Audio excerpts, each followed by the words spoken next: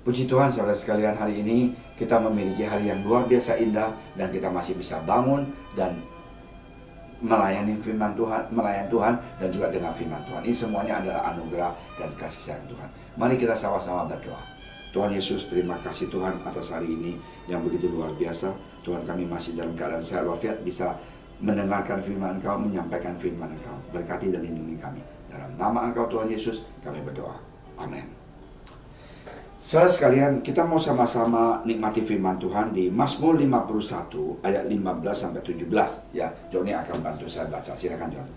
Mazmur 51 ayat 15 dan sampai 17. Ya Tuhan, bukalah bibirku supaya mulutku memberitakan puji-pujian kepadamu.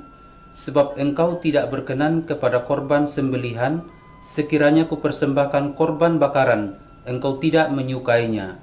Korban sembelihan kepada Allah ialah jiwa yang hancur, hati yang patah dan remuk, tidak akan kau pandang hina, ya Allah. Saudara sekalian, cerita ini menyampaikan kepada kita bahwa apa yang disenangkan oleh Tuhan.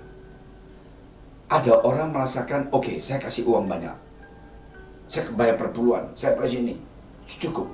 Tuhan kadang-kala bukan mau kita punya uang. Di sini dikatakan adalah hati yang apa? Yang hancur, hati yang apa? Yang sedih, hati yang apa? Bertobat. Nah, ada satu cerita lucu sekali tapi nyata. Ada satu kepala desa, anaknya itu sakit dan di Afrika ya. Dan dia sudah cari tabib, dia cari dokter, cari segaranya, tidak ada yang bisa sembuhkan dia. Dan kebetulan di sana itu ada satu misionaris yang sudah 3 tahun di sana, dan kepala desa ini benci sama dia dan tidak suka karena misionaris ini sering injilin orang lain. Apa yang terjadi adalah ada orang bilang, Pak, anak kamu sudah sakit tiap hari, belum lihat sembuhnya dan lebih parah. Kenapa tidak coba minta tolong pendeta misionaris itu datang doa? Kepala suku ini gengsi, tapi demi anaknya dia minta orang panggilin misionaris dan pendeta ini. Dan di sana itulah mereka berdoa dan nyanyi dan puji Tuhan.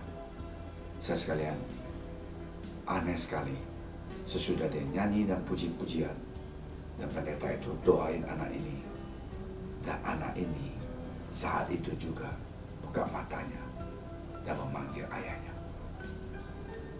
Wow, anaknya sudah sakit parah, ya tidak bisa bicara, sudah berminggu-minggu diem, matanya susah untuk membuka seperti kita biasa.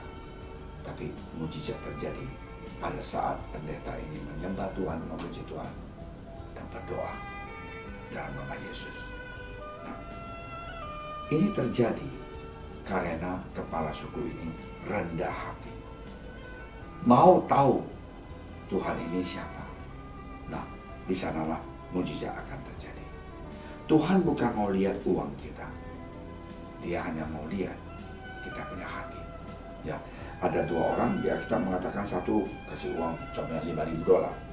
Tuhan, aku kasih sumbangan $5.000. Saya tidak seperti orang yang di sebelah saya, tukang bea cukai, pungut cukai.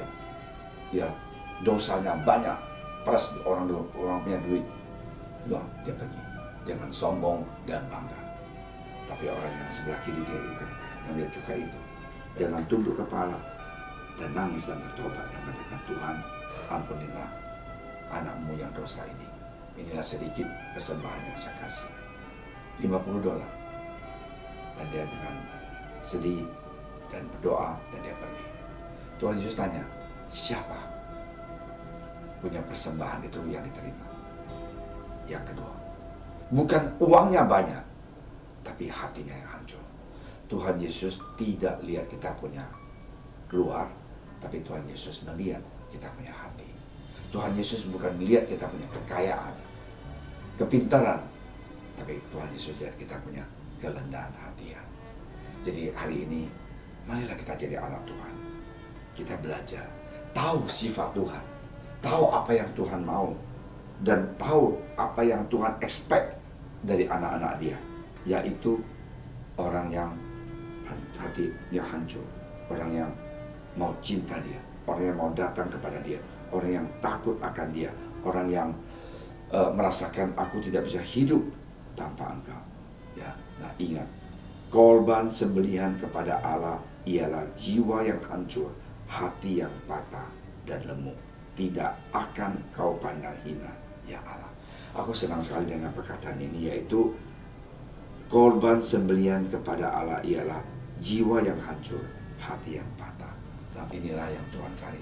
Tuhan bukan cari kepintaran kita, saya cantik, saya ganteng, saya pakai branded punya barang. Sekarang kita lihat semuanya yang show off di Instagram, ya di Facebook. Udah berapa setahun yang lalu saya sudah bilang, kalian berdoa, jangan masuk ke Facebook. Lihat saya berdoa sampai jam 12 malam.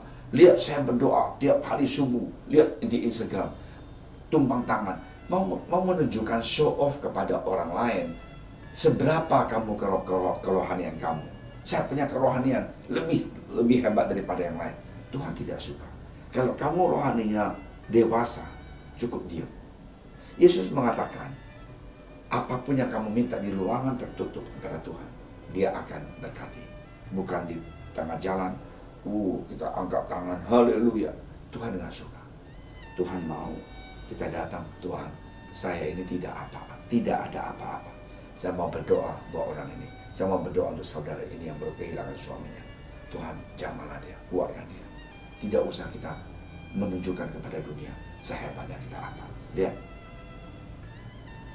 ada orang pajak yang kaya raya, show off, ya, pakai mobil gede, pukul orang sampai koma. Akhirnya apa? Kemungkinan 15 tahun di penjara. Seumur hidup dia itu, masa depan dia hancur semuanya. Tidak bisa sekolah, tidak bisa kuliah, tidak bisa kerja. Kenapa? Emosi. Karena papa mama kaya, mau show off, sekaya dia apa. Bapaknya punya harta semuanya disita, habislah semuanya. Jadilah orang yang rendah hati dan takut akan Tuhan. Tuhan Yesus pasti akan berkati kita. Mari kita berdoa. Terima kasih Tuhan Yesus atas hari ini Tuhan. Biarlah firman Engkau menguatkan kami, menjadikan kami anak-anak Engkau, menjadikan Tuhan Yesus kami duta besar untuk bisa menyampaikan Injil Engkau dan kasih sayang Engkau kepada semua orang yang di lingkungan kita. Terima kasih ya Tuhan. Pakailah kami, maafkanlah kami Tuhan, dalam nama Kau Tuhan Yesus kami telah berdoa.